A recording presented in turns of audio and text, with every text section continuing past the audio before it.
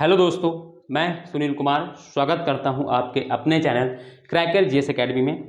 दोस्तों, हम यहां पर जीएस का अध्ययन कर रहे थे। जीएस के अंतर्गत हम लोगों ने दोस्तों मेडवल हिस्ट्री की शुरुआत की थी। मेडवल हिस्ट्री में दोस्तों हम लोगों ने उसके भी अंतर्गत हम लोग क्या है कि मुगल सल्तनत को पढ़ रहे थे। मुगल सल्तनत के अंतर्गत हम लोग क्या है कि बहुत सारा कुछ कर सकें, जैसे कि हम लोगों ने बाबर को पढ़ा है, हुमायूं को पढ़ा है, अकबर को पढ़ा है, जहांगीर को, शाहजहां, फिर औरंगजेब तक का हम लोग अध्ययन कर चुके थे। मतलब हम लोग एक राजाओं का जो क्रम था उसके बारे में, राजाओं ने क्या क्या किया, इस चीज के बारे में हम लोगों ने पिछली क्लासेस में देखा। आज जो है हम लोग देखेंगे पूरा होल मुगल प्रशासन किस तरीके का था। आज हम लोग मुगल प्रशासन के टॉपिक के ऊपर बात करेंगे। पर उससे पहले मैं दोस्तों आपसे उम्मीद करता हूं कि आप सभी लोग अच्छे होंगे और आप लोगों की पढ़ाई अच्छी चल रही होगी, है ना दोस्तों। तो हम लोग दोस्तों आज हम लोग मुगल प्रशासन का अध्ययन करेंगे और मुगल प्रशासन का अध्ययन करेंगे।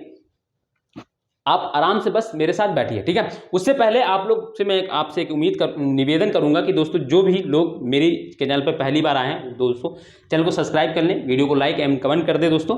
और दूसरी चीज़ दोस्तों, आपको मैं एक चीज़ बता दूं, जो भी पीछे की क्लासेस आपकी रह गई बैकलॉग, वो आप उनको कंप्लीट कर लें। साथ में कंप्लीट हो जाएंगी तो आप बहुत अच्छे समझ पाएंगे। और मैं आपसे एक और निवेदन करूंगा दोस्तों कि आप मेरी वीडियो पूरी देखिएगा, ये वाली जो भी फर्स्ट बार आया है, क्योंकि आप एक बार पूरी वीडियो देखेंगे तो मैं गारंटी दे सकता हूं कि आपको चीज़ें समझ में आएंगी, आपको बहुत अच्छा लगेगा पढ़ के मेरे साथ से, ये मैं आपको गारंटी देता हूं। आप बस मेरी थोड़ी देर आप मेरे साथ बने रहिएगा, आप उसके बाद आराम से आप मेरी वीडियो देखिएगा, ठीक है। तो वीडियो को दोस्तों पूरा देखें, ये मेरा आपसे निवेदन है। चलिए दोस्तों हम शुरू करेंगे, ज़्यादा बात नहीं करेंगे। तो हम अपनी बात करते हैं दोस्तों। हमारा जो बात है, हमारा टॉपिक जो लेकर आए हैं वो है दोस्तों हमारा मुगल प्रशासन। मैं एक सेकंड बस देखूंगा कि ये सारा मतलब सब सही चल रहा है ना, सारा कुछ सही है, हाँ ठीक है ना, कोई दिक्कत नहीं है। चलिए अब हम लोग शुरू करेंगे।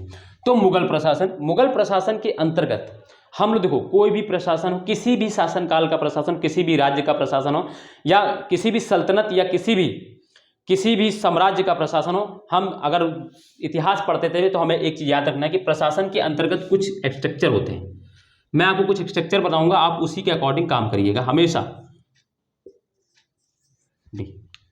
तो जैसे कि अगर हम बात करें, सबसे पहले आपको प्रशासन के अंतर्गत एक चीज याद रखना है, वो क्या है कि सबसे पहले प्रशासन के अंतर्गत याद रखना है कि राजा के अधिकार एवं दायित्व क्या थे। यानी प्रशासन के अंतर्गत राजा, यानी यहां पर राजा कौन था, तो यहां पर राजा को बादशाह बोलते थे। तो यहां पर बादशाह के अधिकार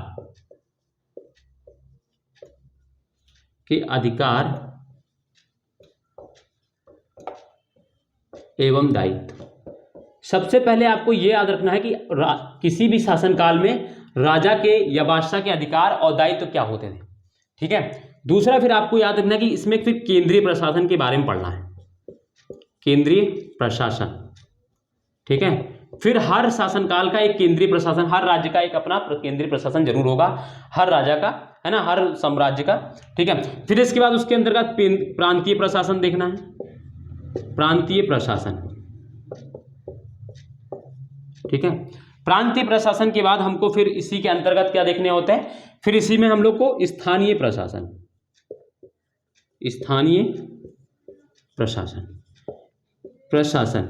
तो स्थानीय प्रशासन इस तरीके से हम लोग देखते हैं।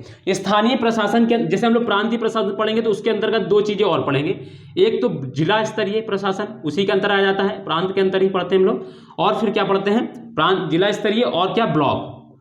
ये भी यहाँ पे क्या स्ट्रक्चर था, यहाँ पे हम लोग अभी देखेंगे। स्थानीय प्रशासन के अंतर्गत हम लोग देखेंगे नगर प्रशासन, नगर का प्रशासन कैसा था, नगर प्रशासन, और फिर ग्रामीण प्रशासन, ग्रामीण प्रशासन। तो ये क्या है, ये क्या होगा किसी भी राज्य के अंतर्गत, या आधुनिक काल की मैं बात नहीं कर रहा हूं दोस्तों, ये मैं बात कर रहा हूं, हालांकि आधुनिक काल में भी यही स्ट्रक्चर है, बट हम बात कर रहे हैं दोस्तों प्राचीन इतिहास का ले लो, मध्यकालीन इतिहास में ले लो, और चाहे वो आजादी के पहले तक का, आपको इसी तरीके का हर जगह पे स्ट्रक्चर मिलेगा। किसी में ब्लॉक मान लो नहीं होगा, किसी में जिले की यूनिट नहीं होगी, बट ये मैं जानता हूं कि बादशाह जरूर होगा, वहां का राजा होगा, एक केंद्रीय प्रशासन जरूर होगा, एक प्रांतीय प्रशासन जरूर होगा, और ग्रामीण स्तर की कोई ना कोई संरचना जरूर होगी, है ना। वो हर काल में अलग अलग हो सकती है, बट स्ट्रक्चर सेम ऐसा ही रहेगा। ठीक है। तो ये आपको याद रखना है कि सबसे पहले कोई भी टॉपिक पढ़ते समय आपको स्ट्रक्चर बना लेना चाहिए। स्ट्रक्चर बनाने से बहुत सारा फायदा होता है, आपको क्रमबद्धता मिल जाती है अपने ज्ञान को रखने का। हालांकि बहुत सारा कभी कभी क्या होता है ना, हम लोग के पास ज्ञान होता है बट उसको हम सही तरीके से रिप्रेजेंट नहीं कर पाते हैं कि उसको किस सीक्वेंस में लिखें। तो सबसे जरूरी अच्छी चीज़ ये है कि हम उसका जो भी हमें याद है हमें क्या करना चाहिए, उसका जो भी हमने पढ़ा है उसका एक स्ट्रक्चर बना ले और फिर उसी स्ट्रक्चर में स्ट्रक्चर बनाइए कि हमें एक तार्किकता बना देनी है, एक क्रमबद्धता बना दी कि वो टूटे ना फ्लो ना हो। कभी क्या होता है, मान लीजिए जो चीज़ पहले लिखना होता है हम बाद में लिख देते हैं और कभी बाद में लिखना होता है वो पहले लिख देते हैं। क्यों? क्योंकि हमें सही तरीके से हमने स्ट्रक्चर को मैनेज नहीं किया था। ठीक है, तो ये जरूरी होता है बनाने पे कोई भी टॉपिक पढ़ने से पहले। ठीक है, तो ये बात हो गई। अब हम बात करते हैं दोस्तों बादशाह के अधिकार एवं दायित्व की।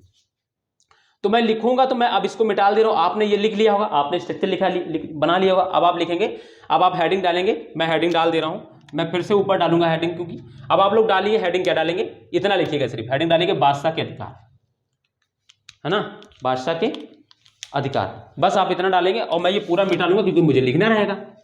ठीक है, तो आप लोग सिर्फ हेडिंग डालेंगे बादशाह के अधिकार और मेरे साथ साथ बस आराम से लिखते रहिए। मैं दायित्व मिटा दूंगा, दायित्व को मैं बाद में बता दूंगा। तो सबसे पहले ये बादशाह के अधिकार की बात होगी हमारी। बादशाह के अधिकार की बात हम करेंगे तो सबसे पहले ये जान लेना है कि बादशाह जो होता था, बादशाह कार्यपालिका, विधायिका एवं न्यायपालिका का प्रमुख होता था। लिखिएंगे आप लोग मेरे साथ, बादशाह कार्यपालिका,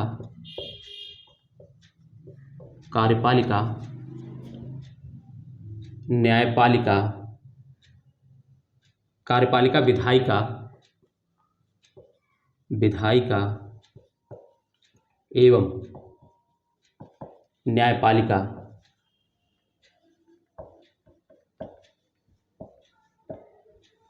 का प्रमुख होता था, है ना। यानी कार्यपालिका के संबंध में अगर कोई निर्णय लेना है, जैसे कि मान लो कार्यपालिका के संबंध जैसे मान लो किसी की नियुक्ति करनी तो राजा का निर्णय अंतिम होता था, राजा जिसको अपॉइंट कर दिया वही नियुक्त हो गया। सिफारिश कोई और भी कर सकता था, ठीक है। फिर उसको कितना वेतन देना है इसका भी निर्णय राजा का अंतिम होता था, ठीक है। उसका कहाँ पे स्थानांतरण, या लो मान लो किसी को पदोन्नति देना है, किसी को स्थानांतरण करना है, उसका भी डिसीजन राजा ही करता था। किस दर पर कर वसूली करना है इसका भी निर्धारण राजा करता था, कितना कर लगाना है इसका भी निर्धारण राजा करता था। तो इस तरीके से ये कुछ के प्रशासनिक कार्यपालिका कार्य मैंने बताए जो राजा द्वारा नियुक्त किए, है ना, राजा द्वारा सीधे बनाया जाता है, यानी राजा स्वयं तय करता था ये सारी चीजें, ठीक है। तो इस तरीके से राजा क्या था, कार्यपालिका का प्रमुख था, ठीक है। ये आपको लिखना नहीं, बस आपको समझना है। विधायिका में क्या था, जैसे कि मान लो विधायी संबंध में कोई भी निर्णय लेना है या कोई भी नियम बनाना है तो राजा स्वतंत्र होता था, राजा ही निर्णय अंतिम नियम बनाता था। यानी जैसे कि मान लो, जैसे कि क्या होता, राजा इस संबंध में क्या था कि शरीयत के अकॉर्डिंग नहीं नियम बनाता था। जैसे मान लो अब जैसे कि लगे कि राजा मुस्लिम होते होंगे क्योंकि मुगल काल वो मुस्लिम थे, तो शरीयत के अकॉर्डिंग धर्म जो नियम कानून वो चलाते, तो नहीं, ऐसा नहीं था। वो उनका एक अपना राजकीय कानून अलग से होता था। हाँ, ये जरूर था कि जो जैसे कि मान लो जो लॉ, जैसे कि जो अपराध की जो श्रेणी होती है तो उसमें दो तरीके होते हैं। एक तो दोस्तों क्रिमिनल लॉ होता है, यानी जो लॉ होते हैं वो दो तरीके होते हैं, एक तो क्रिमिनल लॉ होता है, एक सिविल लॉ होता है ना। तो क्रिमिनल लॉ के संबंध में क्या होता था कि जो राज्य द्वारा जो नियम कानून बनाए जाते थे वो उस पर लागू होते थे, वो चाहे मुस्लिम हो चाहे हिंदू हो, सबके लिए एक ही जैसे क्रिमिनल लॉ के तहत अकॉर्डिंग। क्रिमिनल लॉ क्या है, जैसे मैंने क्रिमिनल मतलब जैसे कि आपने हत्या की तो हत्या के अकॉर्डिंग जो राज्य का नियम है वो चाहे हिंदू हो चाहे मुस्लिम हो सब पर एक जैसा लागू होगा। आपने किसी चोरी डकैती की उस पर सब पर एक जैसा होगा। बट जैसे सिविल लॉ है, सिविल लॉ में कौन से नियम आते हैं, जैसे तलाक है, पारिवारिक संपत्ति संबंधित कोई झगड़ा है, इस तरीके के जो विवाद होते हैं उनको सिविल लॉ के अंतर्गत रखा जाता है। तो सिविल लॉ में क्या मामला था, जैसे मान लो अगर कोई दंपत्ति है वो तलाक से संबंधित मुद्दे को लेकर राजा के पास, बादशाह के पास पहुंची, तो बादशाह उनका निर्णय लेते समय हिंदू धर्म, मान लो हिंदू है तो हिंदू धर्म के समाज जो की परंपराएं मान्यताएं जो हैं उनको और उनके धर्म ग्रंथों में इस तलाक से संबंधित क्या बात कही गई इनको ध्यान में रखकर ही निर्णय देता था। यानी सिविल लॉ के मामले में हिंदू धर्म में क्या कहा गया है उसको ध्यान में रखा जाता था, मुस्लिम धर्म में क्या कहा गया उसको ध्यान में रखकर उनका निर्णय दिया जाता, उसके संबंध में राज्य का नियम नहीं चलता था, ठीक है। बट हाँ, कभी कभी ये हो जाए, मान लो कभी कभी हिंदू और मुस्लिम के बीच में विवाद हो जाए, और हिंदू और मुस्लिम के बीच में जब विवाद होगा तो क्या होता था, तो उस संबंध में याद रखना कि सिविल मामले में हमेशा हिंदू धर्म की जो मुस्लिम धर्म का जो है उसको वरीयता दी जाती थी, या मुस्लिम को वरीयता दी जाती थी, यानी मुस्लिम धर्म को वरीयता दी जाती थी, यानी मुस्लिम धर्म में क्या कहा गया है इस विवाद को लेकर उसको वरीयता दी जाती थी। बट कभी कभी मान लो सेपरेटेड, मगर हिंदू के लिए कभी विवाद है तो हिंदू धर्म में परंपराओं में सिविल लॉ में क्या कहा गया वो देखा जाएगा, पर संपत्ति संबंधित विवाद में क्या कहा गया ये देखा जाएगा, इस तरीके से मुस्लिम में क्या कहा गया ये देखा जाएगा। ठीक है, तो इस तरीके से विधायिका में इस तरीके से काम, और सबका निर्णय कौन करता था अंतिम रूप से, राजा ही करता था। ठीक है, ये बहुत डिटेल की बात है, मैंने जो समझाई है इसको आप लोग बस समझ लीजिए। न्यायपालिका में क्या था, वही न्याय प्रमुख था, जो भी नियम बनाता था वही बनाता था, वो वही जो उसकी जो वो कह देता वही नियम हो जाता था, एक तरीके से कह लें। ठीक है, वो नियम बनाता था मगर नियम के अधीन नहीं होता था, उस पर किसी तरीके के नियम नहीं लागू होते थे। ठीक है, नियम बनाता था, नियम में है ना, मतलब जो रूल है उसके मेकर था वो, बट उस पर रूल नियंत्रित नहीं होता था, यानी नियम के नियंत्रण में वो नहीं था, नियम बनाता था, नियम के नियंत्रण में वो स्वयं नहीं था। ये चीज़ आपको याद रखना है। तो इस तरीके से, और न्यायपालिका संबंध जितने भी अधिकारी थे उनकी नियुक्ति भी वो करता था, अभी हम बताएंगे आगे न्यायिक अधिकारी कौन होते थे।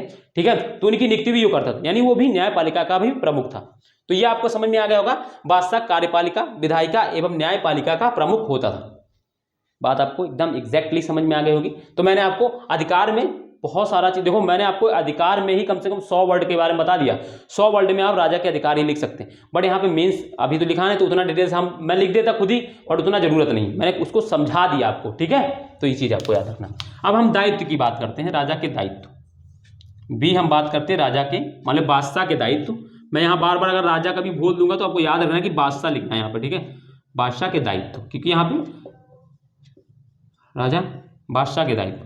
तो सबसे पहला तो काम होता है बादशाह, कोई भी राज्य हो उस राज्य का सबसे प्रायोरिटी काम होता है, सबसे पहला काम होता है, सबसे प्रथम काम होता है कि राज्य को सुरक्षा प्रदान करना, यानी सुरक्षा, सबसे प्रथम कार्य सुरक्षा। दूसरा क्या था, शांति प्रदान करना राजा का काम होता है। तीसरा क्या होता है, सबको संरक्षण देना, सबको धर्म के सारी प्रजा जो उनकी वो अपने धर्म के अनुकूल आचरण कर सके, इस तरीके का संरक्षण देना, सबको समानता देना। ये एक राज्य का ये क्या होता है, एक राजा का कर्तव्य होता है। तो सबको संरक्षण देना, सबको संरक्षण प्रदान करना, सबको संरक्षण प्रदान करना, आप लोग लिख लीजिएगा, आगे पूरे सेंटेंस कर लीजिएगा। ठीक है, चौथा, राज्य को आर्थिक समृद्धि की ओर ले जाना। यह भी तो एक राजा का कर्तव्य होता है कि अपने राज्य है उस राज्य को क्या करना है, एक समृद्धि की ओर ले जाना, उसको उन्नति की ओर ले जाना। ये एक राज्य का कर्तव्य होता है, एक राजा का कर्तव्य होता है। ठीक है, सॉरी, राज्य नहीं, राजा का कर्तव्य होता है। ठीक है, तो आर्थिक समृद्धि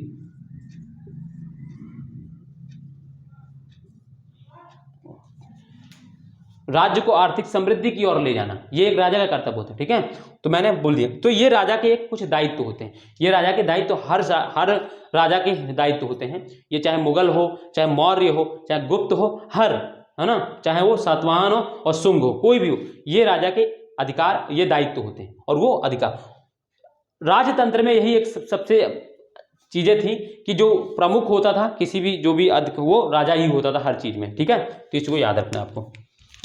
तो ये हो गया दोस्तों, इसके बारे में समझ में आ गया। तो हमने अधिकार एवं दायित्व के बारे में समझ लिया। ठीक है, ये मैं आपको एक गारंटी दे रहा हूँ, देखो यूट्यूब पे दोस्तों इस तरीके से आपको पढ़ा के कोई पढ़ाएगा नहीं, आप चाहे पढ़ के देख लीजिएगा स्ट्रक्चर इस तरीके से, पीपीटी लेकर आएंगे, आपको पढ़ा के चले जाएंगे, वही पीपीटी जो लिखा होगा उसी को बताएंगे, चल देंगे। ठीक है मैम, अगर आपको खुद से नोट्स इसलिए बना रहा हूँ ताकि आपको याद रहेगा, इस सारी चीज़ें आप खुद से लिखेंगे। और जैसे मान लो मैंने जो बोला है, अगर आपको लिखना हो तो उसको क्या करना है, रिकॉर्डेड देख लेना, तो उसको धीरे धीरे सुन कर लिख लेना उसको। ठीक है, बट मैंने जितना आपके पेपर के, अभी देखो मैं यहाँ पे पीसीएस मेंस नहीं लिखा रहा हूँ, यूपीएससी मेंस नहीं लिखा रहा हूँ, वहाँ पे इस तरीके से पूछा जा सकता है, बट यहाँ पे तो आपको वनडे एग्जाम देने ना, तो वनडे एग्जाम के अकॉर्डिंग हम लोग पढ़ाई कर रहे हैं यहाँ पर, तो आपको उस तरीके, बट मैं इतना डिटेल करा दे रहा हूँ तो आप यूपी पीसीएस में मेंस आराम से लिख के आ जाएंगे, कोई दिक्कत नहीं होगी। ठीक है, अब हम बात करते हैं दोस्तों केंद्रीय प्रशासन, है ना। इसके बाद क्या था दोस्तों, केंद्रीय प्रशासन। मैंने दूसरा स्ट्रक्चर केंद्रीय प्रशासन बनाया है, केंद्रीय प्रशासन। तो केंद्रीय प्रशासन के अंतर्गत क्या था, तो देखो यहां पे समझना है आपको, हम लोग समझेंगे क्या कि राजा को लिखते चलना है राजा को या बादशाह को, ठीक है, राजा को सहायता एवं सलाह देने के लिए एक मंत्रिपरिषद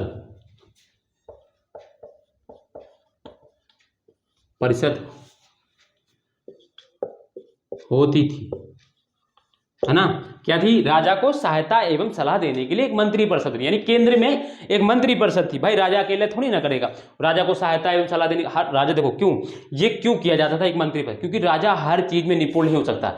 मान लो उसको अगर धर्म का ज्ञान है तो वो ऐसा नहीं है कि उसको न्याय का अच्छा ज्ञान होगा, ऐसा नहीं है कि उसको सैन्य प्रशासन की हर चीज देख रेख करने का अच्छा ज्ञान होगा, ऐसा भी नहीं है कि उसको प्रशासन में हर चीज कार्य करने, ऐसा भी नहीं। तो हर चीज के लिए उसको सहायता एवं सलाह देने के लिए एक मंत्रिपरिषद बनाई जाती थी, ताकि उसमें कुछ लोग रहें, उस क्षेत्र के निपुण लोग रहें। और क्या करेंगे? वो निपुण लोग अपने अपने क्षेत्र की जो समस्याओं को राजा को बताएंगे, और राजा उस चीज को मानने के लिए बाध्य नहीं था। राजा मान सकता था उनकी बात को, प्रायः मान लेता था, बट मानने के लिए बाध्य नहीं था। ये याद रखना है कि राजा को सहायता एवं सलाह देने के लिए एक मंत्रिपरिषद होती थी। इनकी सहायता एवं सलाह को राजा मानने के लिए बाध्य नहीं था। राजा को सहायता देंगे वो कर लेता था, मगर कोई सलाह दें तो उसको सलाह को मानने के लिए बाध्य नहीं थे। मगर राजा प्रायः उस जो बादशाह था, उस जो उनकी सलाह होती थी उनको मान लेता था, क्योंकि किसी भी क्षेत्र में अगर वो लगे हैं, मान लो जो कोई न्यायिक क्षेत्र में लगा है, मान लो कोई केंद्रीय अधिकारी, तो न्यायिक क्षेत्र में उसको न्याय का अच्छा ग्रहण, जैसे क्या होता था, जैसे मुस्लिम धर्म में जो होते थे वो कौन, धर्मगुरु, वो काजी कहलाते थे। काजी जो होते थे न्याय में, मतलब न्याय में बहुत महत्वपूर्ण भूमिका निभाते थे। तो अब उनको अच्छे से धर्म का ज्ञान है, उनको अच्छे से न्याय का ज्ञान है, तो अब इस चीज में राजा उनसे सहायता लेगा, सलाह लेगा, और राजा अपने अकॉर्डिंग निर्णय ले लेगा। राजा का निर्णय यहाँ अंतिम हो जाता था, वह काजी का निर्णय अंतिम नहीं होता था। ठीक है, तो ये चीज है। तो राजा को सहायता एवं सलाह देने के लिए एक मंत्रिपरिषद होती थी,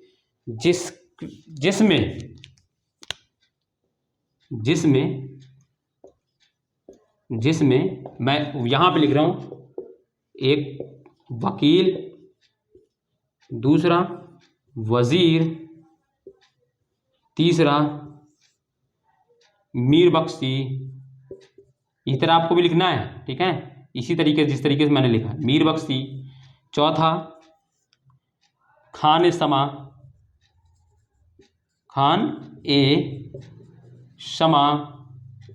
पांचवा कौन था? तो पांचवा सद्र ए सुदूर।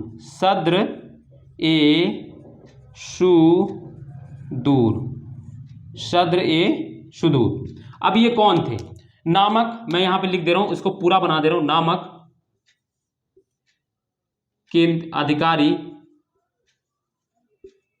नामक अधिकारी होते थे।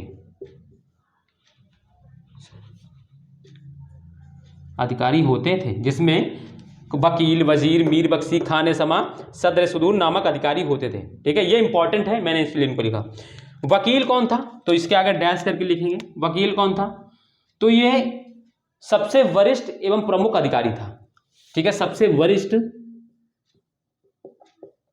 और एक चीज याद रखना है कि बाबर, हुमायूं एवं औरंगजेब, मुगल जो अकबर के आरंभिक काल तक ये बहुत इंपॉर्टेंट पद था, मगर अकबर ने फिर क्या कर दिया, इस पद की शक्ति को क्यों कम कर दिया, इस शक्ति को एकदम सजावटी, मतलब इस पद को सजावटी बना दिया, इसकी जो ओहदा था और जो शक्ति थी, जो प्रतिष्ठा, उसको कम कर दिया था।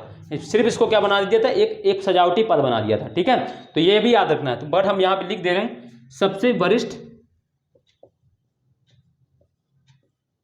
या सबसे वरिष्ठ एवं प्रमुख अधिकारी था।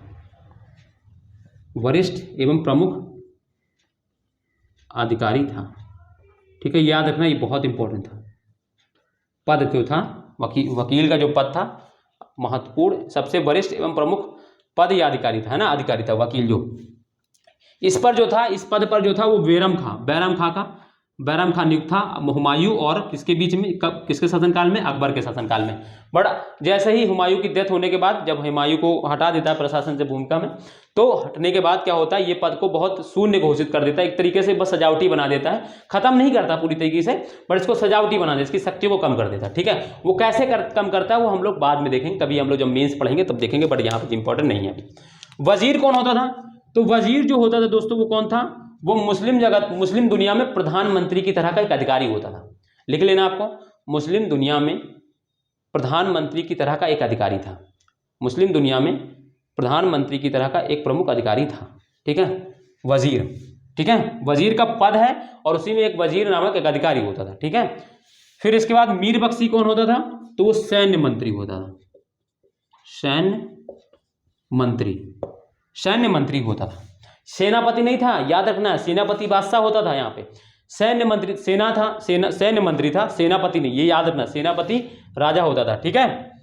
खाने समा कौन था, तो खाने समा दोस्तों इसमें लिखना है कारखाना, लिखना है कारखाना, खाने समा कौन था, कारखाना, दरबार एवं महल की, दरबार एवं महल की जरूरतों को देखने वाला अधिकारी, कारखाना, दरबार एवं महल की जरूरतों को देखने वाला अधिकारी कौन होता था, खाने समा। और इस पद पर किसको नियुक्त किया गया था, ये इंपॉर्टेंट है, भारमल, भारमल कौन, क्योंकि भारमल कौन थे, वो राजपूत राजा थे, भारमल। तो ये बहुत इंपॉर्टेंट है, क्योंकि किसी गैर मुस्लिम को इतने बड़ा पद देना एक बहुत बड़े अपने आप में बहुत बड़ी बात होती है, क्योंकि जहाँ पे तुर्की प्रभुत्व है, मुस्लिमों का प्रभुत्व है, जहाँ पे मुस्लिम को प्रायिकता दी जा रही है, और अकबर ने उस सबसे ऊंचे उठकर जो राजपूत हैं उनको भी अपने प्रशासन में बहुत महत्वपूर्ण भूमिका दी। जैसे कि अगर हम बात करें कि मान सिंह को उसने क्या किया था, 7,000 मनसबदारी दिया था, और 7,000 मनसबदारी सबसे बड़ा पद होता था, और जिसमें सिर्फ 2 ही लोग थे, मिर्जा अजीज कोका एवं कौन था दूसरा मान सिंह। तो इस तरीके से देखेंगे आप कि मुस्लिम प्रभुत्व जो कह सकते हैं प्रभुता, उसको तोड़ा है इसने, है ना, कि मुस्लिम ही सिर्फ ऊंचे पद पे नहीं जाएंगे, हिंदुओं को भी ऊंचे पद पे ले गया है राजपूत, जिसमें बहुत इंपॉर्टेंट भूमिका निभाते हैं, ठीक है। सद्र सुदूर कौन था, तो ये न्यायिक अधिकारी था, न्यायिक अधिकारी, आगे लिखेंगे आप लोग न्यायिक अधिकारी, ठीक है। तो ये इस तरीके से क्या था, केंद्रीय प्रशासन के अंतर्गत ये कुछ इस तरीके का स्ट्रक्चर था, मैंने आपको बता दिया। बस इतना आप लिख देंगे तो बहुत कुछ हो जाएगा मेंस में, ठीक है। तो ये बात हो गई हमारी। अब इसके बाद हम लोग बात करेंगे प्रांतीय प्रशासन के बारे में, ठीक है, प्रांतीय प्रशासन के बारे में हम लोग बात करेंगे इसके बाद। ये तो हो गई हमारी।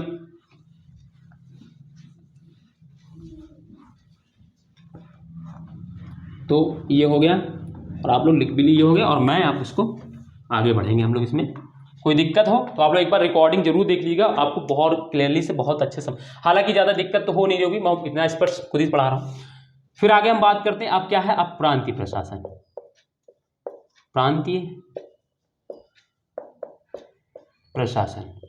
प्रांतीय प्रशासन में क्या था कि जो साम्राज्य था, जैसे कि मान लो ये अकबर का साम्राज्य, मैं अकबर का इसलिए ले रहा हूँ क्योंकि थोड़ा सा समझने में आसानी होगी। अकबर का साम्राज्य, तो उसने पूरे साम्राज्य को कई प्रांतों में बांट दिया, इस तरीके से उसने क्या कर दिया, पूरे साम्राज्य को कई प्रांतों में बांट दिया। जैसे ये 1 2 3 4 5 6 7 इस तरीके से कई प्रांतों में उसने, उसके शासनकाल में 15 प्रांत थे, उसके शासनकाल में 15 प्रांत थे, बट उसने उतना आपको याद नहीं था, ठीक है। तो उसने क्या किया, साम्राज्य को,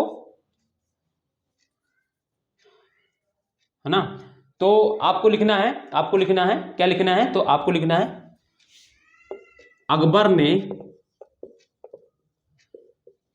1580 ईस्वी में साम्राज्य को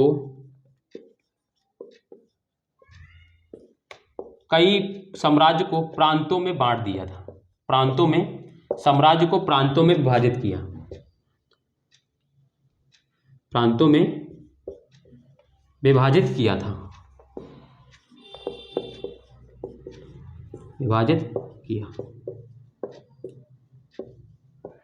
है ना। अकबर ने 1580 ईस्वी में साम्राज्य को प्रांतों में विभाजित किया, ठीक है।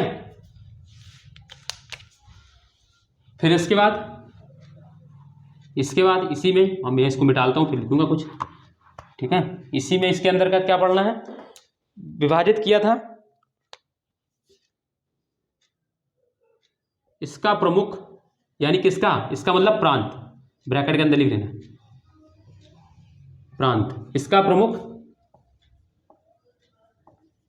सूबेदार होता था, सूबेदार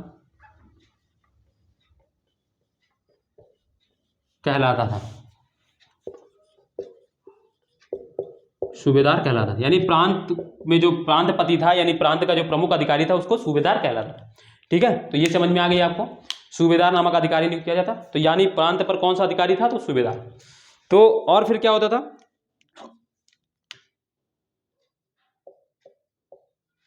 इसको सहायता एवं इसको सहायता देने के लिए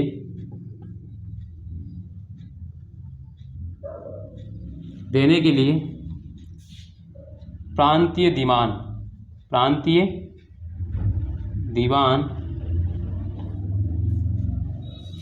एवं प्रांतीय बख्शी,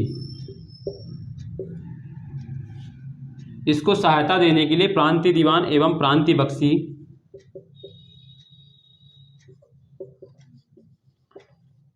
बख्शी की नियुक्ति की जाती थी। नियुक्ति बादशाह के द्वारा की जाती थी। बादशाह के द्वारा की जाती थी। यानी सूबेदार के अंतर्गत और भी अधिकारी, 2 अधिकारी उसने किसने? राजा ने नियुक्त किया। एक तो कौन सा? प्रांतीय दीवान यानी राजस्व संबंधित, और प्रांतीय बख्शी यानी दोस्तों जो फौजदारी से यानी जो और प्रशासनिक संबंधित अधिकारी देखने, मतलब जो कार्य देखने के लिए 2 और अधिकारी नियुक्त किए गए। और उनकी नियुक्ति कौन करता था? बादशाह करता था। सूबेदार की नियुक्ति भी बादशाह करता था और इनकी भी नियुक्ति बादशाह करता था। इनकी नियुक्ति ये नहीं करता था सूबेदार, इनकी भी नियुक्ति कौन करता था? बादशाह। क्यों? क्योंकि इससे क्या होगा? बादशाह की पकड़ जो है वो सूबेदार पर रहेगी। क्योंकि मान लो कभी सूबेदार विद्रोह कर दे तो सूबेदार विद्रोह ना कर पाए, इसलिए 2 और अधिकारी रखता था ताकि सूबेदार की गतिविधियों पर यह ध्यान रखें। क्योंकि जब हम लोग क्या करेंगे, देखो क्या होता है, अब भाई इतना बड़ा साम्राज्य, मान लो किसी कोने में कोई सूबेदार विद्रोह कर देगा तो इससे तो क्या होगा? राजा को फिर वहां विद्रोह दबाना जाना पड़ेगा। हर बार विद्रोह हो सकता है, क्योंकि आप किसी एक को ही एक क्षेत्र में अगर पूरी शक्ति दे देंगे तो वो क्या होगा? वो बहुत शक्तिशाली हो जाएगा। तो इसने क्या कर दिया? क्षत्रियों को बांट दिया। सूबेदार को तो नियुक्त कर दिया, उसको प्रमुख बना दिया, बट उसके अंतर्गत 2 और अधिकारी उसने नियुक्त कर दिया बादशाह ने। ठीक है, सूबेदार के सहायता के लिए ही बनाए गए, सूबेदार के अकॉर्डिंग ही काम करेंगे, बट सूबेदार के लिए वफादार नहीं है। वफादार किसके लिए है? राजा के लिए। क्यों? क्योंकि राजा ने नियुक्ति की, जो नियुक्ति करेगा उसी के लिए तो वफादार होंगे। तो राजा ने नियुक्ति की है तो राजा के लिए वफादार होंगे। अगर सूबेदार नियुक्त करता तो सूबेदार के लिए वफादार होते। तो कभी क्या होगा? सूबेदार मान लो कभी विद्रोह करता है तो वो क्या करेंगे? राजा का उस विद्रोह को दबाने में, सूबेदार का विद्रोह दबाने में वो दोनों अधिकारी, ये जो प्रांतीय दीवान है और प्रांतीय बख्शी, क्या करेंगे? सहायता करेंगे। ठीक है, तो इस तरीके से इसने बहुत सोच समझ के स्ट्रक्चर बनाया। ये हो गया दोस्तों क्या है? प्रांतों की बात हो गई। ठीक है, तो इस चीज को आपको याद रखना है। तो ये दोस्तों प्रांतीय प्रशासन हो गया, बस इतना से, इससे ज्यादा कुछ नहीं है। अब प्रांत के अंतर्गत इसी में क्या है? प्रांत के बाद प्रांत को लिखना है आपको आगे। प्रांत को पैराग्राफ चेंज करके लिखे हैं, पैराग्राफ चेंज करके लिखना है। प्रांत को सरकार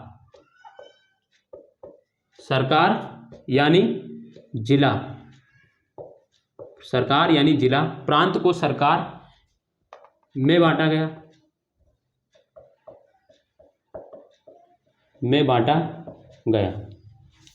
प्रांत को सरकार में बांटा गया। सरकार मतलब जिला था, जिला को लोग सरकार बोलते थे। ठीक है,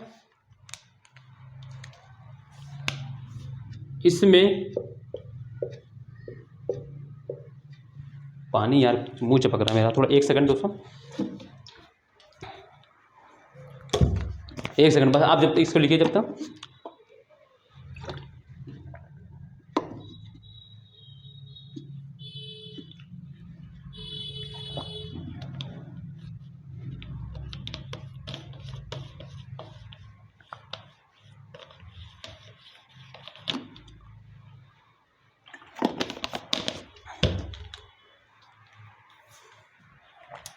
है ना, क्या था? प्रांत। ठीक है, तो प्रांत को सरकार में बांटा गया था लिख लिया। ठीक है, बांटा गया था।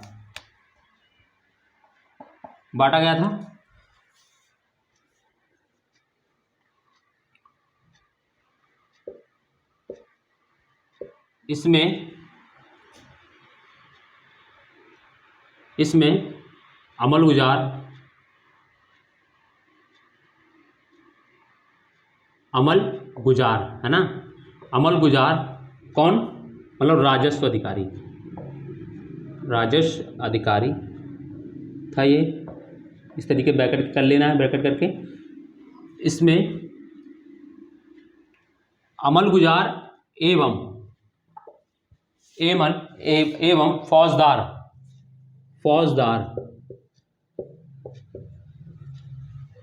कौन होता, सामान्य प्रशासनिक अधिकारी, सामान्य प्रशासनिक अधिकारी, ठीक है, सामान्य प्रशासनिक अधिकारी, ब्रैकेट क्लोज। इसमें अमल गुजार एवं फौजदार नामक अधिकारी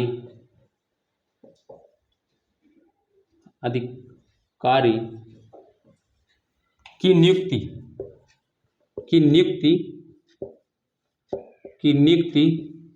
बादशाह द्वारा की जाती थी, बादशाह द्वारा की जाती थी। यानी सरकार के अंतर्गत दो अधिकारी होते थे, जो जिला लेवल पे दो अधिकारी होते थे। कौन, अमल गुजार जो क्या करता था, राजस्व अधिकारी राजस्व का देखता था, राजस्व अधिकारी था, राजस्व संबंध में कार्य को देखता था। दूसरा फौजदार यानी सामान्य प्रशासन, राजस्व को अलावा और भी जो प्रशासन थे उसको कौन देखता था, फौजदार। और नामक अधिकारी की नियुक्ति बादशाह, यहां भी देखो, यहां पे भी देखो, जिला का जो स्तर के जो अधिकारी उनकी भी नियुक्ति कौन कर रहा, बादशाह। तो ये क्या दिखा रहा, केंद्रीकरण को दिखा रहा है। ये क्या दिखा रहा है, केंद्रीकरण को दिखा रहा है, यानी राजा की जिला तक पकड़ है एकदम बहुत मजबूती से, ठीक है। यहां पे जो क्या कहते हैं सूबेदार, वो विद्रोह करने को सोच ही नहीं सकता, उसका विद्रोह होगा तो तुरंत दबा दिया जाएगा, क्योंकि वहां पे वो पावरफुल हो ही नहीं सकता ना। तो वो सूबेदार के तहत, सूबेदार जिला प्रांत स्तर पे किसी अधिकारी की नियुक्ति कर रहा है, प्रांतपति है, बट प्रांत के अंतर्गत जो भी स्ट्रक्चर उसकी नियुक्ति कौन कर रहा है, राजा कर रहा है। जिला देखो प्रांतों के अंतर्गत आता है, राज्य के अंतर्गत जिला आता है, उसकी नियुक्ति भी कौन कर रहा है, राजा कर रहा है। तो ये बहुत इंपॉर्टेंट है, ठीक है दोस्तों। ये हो गई। इसके बाद क्या होता, प्रांत को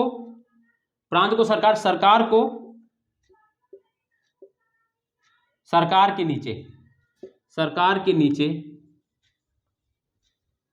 परगना मतलब दोस्तों ब्लॉक कह लीजिए एक तरीके से। सरकार के नीचे परगना होता था।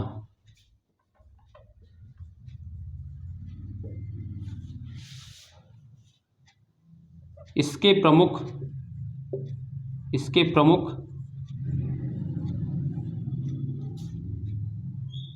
आमिल एवं सिकदार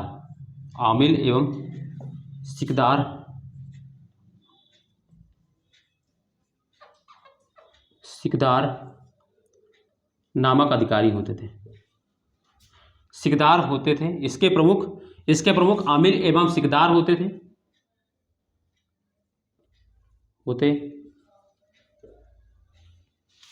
जिनकी नियुक्ति, याद रखना है, जिनकी नियुक्ति बादशाह द्वारा की जाती थी। आगे लिखना है, जिनकी नियुक्ति बादशाह द्वारा की जाती थी। अब इधर देखो, ब्लॉक स्तर पे भी राजा इतना, मतलब आप देखिए यहां पे भी क्या है, केंद्रीय पकड़ एकदम मजबूत है ना, ठीक है। होते थे जिनकी नियुक्ति बादशाह द्वारा की जाती थी। तो सरकार के नीचे परगना होता था, है ना, इसके प्रमुख आमिल एवं सिकदार होते थे, जिनकी नियुक्ति बादशाह द्वारा की जाती थी। तो ये बहुत इंपॉर्टेंट हो गया है ना, यानी ब्लॉक स्तर तक भी राजा क्या कर रहा है, अधिकारियों की नियुक्ति कर रहा है, ठीक है। इसके बाद बात हो गई, ये समझ में आ गया होगा। आगे हम बात करते हैं। अभी मैं इसका एक स्ट्रक्चर बना दूंगा फट से, तो आपको जल्दी से समझ में आ जाएगा।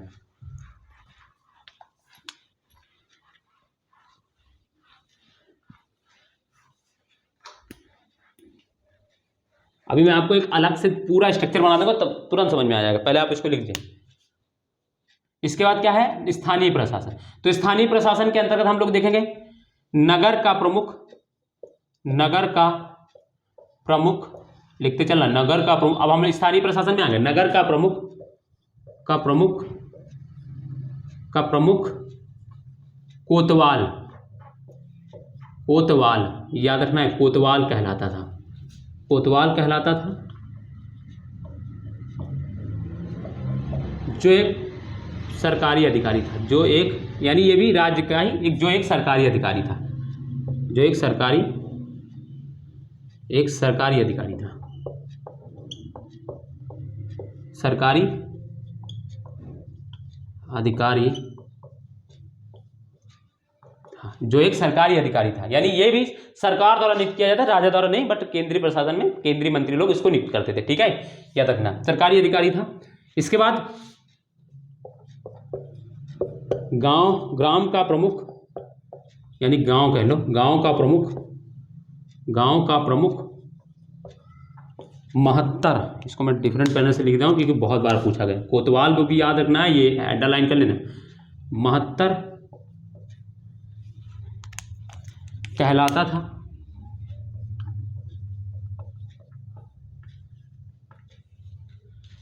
जो गांव के लोगों द्वारा, जो गांव के लोगों द्वारा निर्वाचित होता है, गांव के लोगों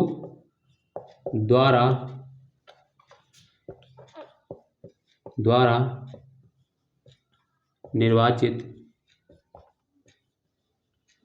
होता था, ठीक है। तो नगर का प्रमुख कोतवाल कहलाता था, जो एक सरकारी अधिकारी था, गांव का प्रमुख महत्तर कहलाता था, जो गांव के लोगों द्वारा निर्वाचित, यानी यहाँ पे क्या है, गांव के स्तर पर गांव के लोग खुद ही, जो गांव का प्रमुख था यानी महत्तर, उसको निर्वाचित करते थे, ठीक है। तो ये दोस्तों क्या था, ये मुगल प्रशासन था। यहाँ तक मैंने आपको मुगल प्रशासन के बारे में जितना बताया आपको बहुत इंपॉर्टेंट है। आपको सिर्फ इतना याद रखना कि केंद्रीय स्तर पर कौन अधिकारी होते थे, उनको क्या बोला जाता था, प्रांतीय स्तर पर जो अधिकारी थे, जो अमल गुजार था, तो अमल गुजार के बारे में डायरेक्ट पूछते थे, अमल गुजार कौन होते थे, तो राजस्व अधिकारी होते थे। इस तरीके से आपसे पूछ सकते हैं कि जो सरकार है, परगना है, या आपसे ऑर्डर पूछा जा सकता है, ऑर्डर पूछा जाएगा कि सरकार, परगना और केंद्रीय प्रशासन के, तो आपको याद रखना। तो मैं अभी आपको ऑर्डर बना दे रहा हूँ, जैसे कि मैं आपको ऑर्डर बनाता हूँ। अब इस पूरे प्रशासन की मैं स्ट्रक्चर बना देता हूँ, एक आपने लिख लिया होगा इसको, ठीक है। अब मैं आपका एक पूरे प्रशासन में एक स्ट्रक्चर बनाता हूँ। देखो क्या था, पहले राजा था, यानी बादशाह था सबसे ऊपर, ठीक है, बादशाह था। बादशाह के नीचे क्या था, केंद्रीय प्रशासन, जिसके अंतर्गत मैंने आपको 5 मंत्री पढ़ाए, केंद्रीय प्रशासन, ठीक है। इसके बाद क्या था, प्रांतीय प्रशासन, प्रांतीय प्रशासन जिसमें कौन होता था प्रमुख, प्रांतीय प्रशासन, प्रांत, देखो केंद्रीय प्रशासन था, फिर नीचे क्या था, प्रांत था, है ना, प्रांत था। तो प्रांत में कौन था प्रमुख, सूबेदार, वो सूबेदार था। प्रांत में प्रमुख कौन था, तो सूबेदार, ठीक है। इसके बाद प्रांत के बाद कौन था, क्या था, सरकार, सरकार। प्रांत के बाद क्या था दोस्तों, सरकार, सरकार मतलब दोस्तों जिला। इसमें मैंने आपको 2 अधिकारी लिखा दिए हैं, कोई दिक्कत नहीं होगी। इसके बाद सरकार के बाद दोस्तों क्या है, फरगना, फरगना, परगना, परगना, फरगना नहीं दोस्तों, परगना, फरगना नहीं लिखना, ठीक है दोस्तों, परगना, परगना दोस्तों मतलब ब्लॉक। और फिर इसके बाद स्थानीय प्रशासन मैंने बताया है, जिसमें आपको दोनों लिख लीजिए, नगर एवं ग्राम, वो मैंने स्ट्रक्चर आपको बता दिया है, नगर एवं गांव। तो ये क्या है, ये तो आपसे पूछ सकता है प्रांत, सरकार, परगना। तो आपको ऑर्डर देगा, आपसे मान लो जो पूछेगा कि आपसे ऑर्डर दे देगा और तीनों का ऑर्डर का क्रम मिलाना होगा। सही क्रम क्या है आपसे ये पूछेगा, तो याद रखना है कि प्रांत है, सरकार है और परगना, सरकार मतलब जिला, ठीक है। तो ये दोस्तों था आज का टॉपिक, और मुगल प्रशासन समाप्त होता है। मैंने बहुत डिटेल से आपको पढ़ाया है, बहुत डिटेल समझाने की कोशिश की है, और उम्मीद है दोस्तों आपको ये सेशन अच्छा लगा होगा। और अगर आपको ये सेशन अच्छा लगा हो तो वीडियो को लाइक करें, कमेंट करें और वीडियो को शेयर जरूर करें। और जिन्होंने अभी तक चैनल को सब्सक्राइब नहीं किया है वो दोस्तों चैनल को सब्सक्राइब कर लें, ठीक है दोस्तों। तो दोस्तों मैं आपसे ये उम्मीद तो कर ही सकता हूं कि दोस्तों आप लोग वीडियो को शेयर जरूर करेंगे। वीडियो को दोस्तों जो अपने दोस्त हैं, यार हैं, जो आप पढ़ना चाहते हैं वास्तव में अच्छा कंटेंट, उनके दोस्तों जरूर पहुंचाएं। और दोस्तों वीडियो को अपने जितने ग्रुप हैं, दोस्त हैं, फैमिली में जितने लोग हैं सबको शेयर करें। और दोस्तों जो चैनल पर आता है पहली बार दोस्तों से निवेदन है कि दोस्तों चैनल को सब्सक्राइब जरूर करें। आप मेरी वीडियो को पूरी देखें तभी आपको चीज़ें समझ में आएगी, ठीक है। तो मैं उम्मीद करता हूं दोस्तों, देखो मेरा पढ़ाने का प्रोसेस थोड़ा लंबा रहता है, मैं आपको थोड़ा बता दूं, मैं आपको थोड़ा डीप ले जाता हूं, क्योंकि आपका कॉन्सेप्ट क्लियर होगा तभी आप पेपर क्वालिफाई कर पाएंगे, कोई भी पेपर होगा। अब पेपर पहले जैसा नेचर नहीं रहा पेपर का, जो सतही सतही पूछते थे, अब पेपर का नेचर चेंज हो गया है, थोड़ा डीप पूछने लगे हैं, तो आप थोड़े से उसको अच्छे से डीप से पढ़ें। मैंने आपने फील किया होगा, मैं यहाँ पे आपको ज़्यादा डीप लेके नहीं गया, ज़्यादा और भी डीप मैं इस पर पढ़ा सकता था, मैं नहीं ले गया, बड़ा मैं इतना डीप जरूर ले गया हूँ कि आपको कोई भी पेपर होगा आप आराम से लिख सकते हैं, उसको आप आराम से कर सकते हैं। ठीक है दोस्तों, तो ठीक है दोस्तों, तो चलिए दोस्तों, धन्यवाद जुड़ने के लिए। तो फिर हम लोग कल मिलेंगे, तब तक के लिए अपना ध्यान रखिए दोस्तों, बाय, जय हिंद दोस्तों।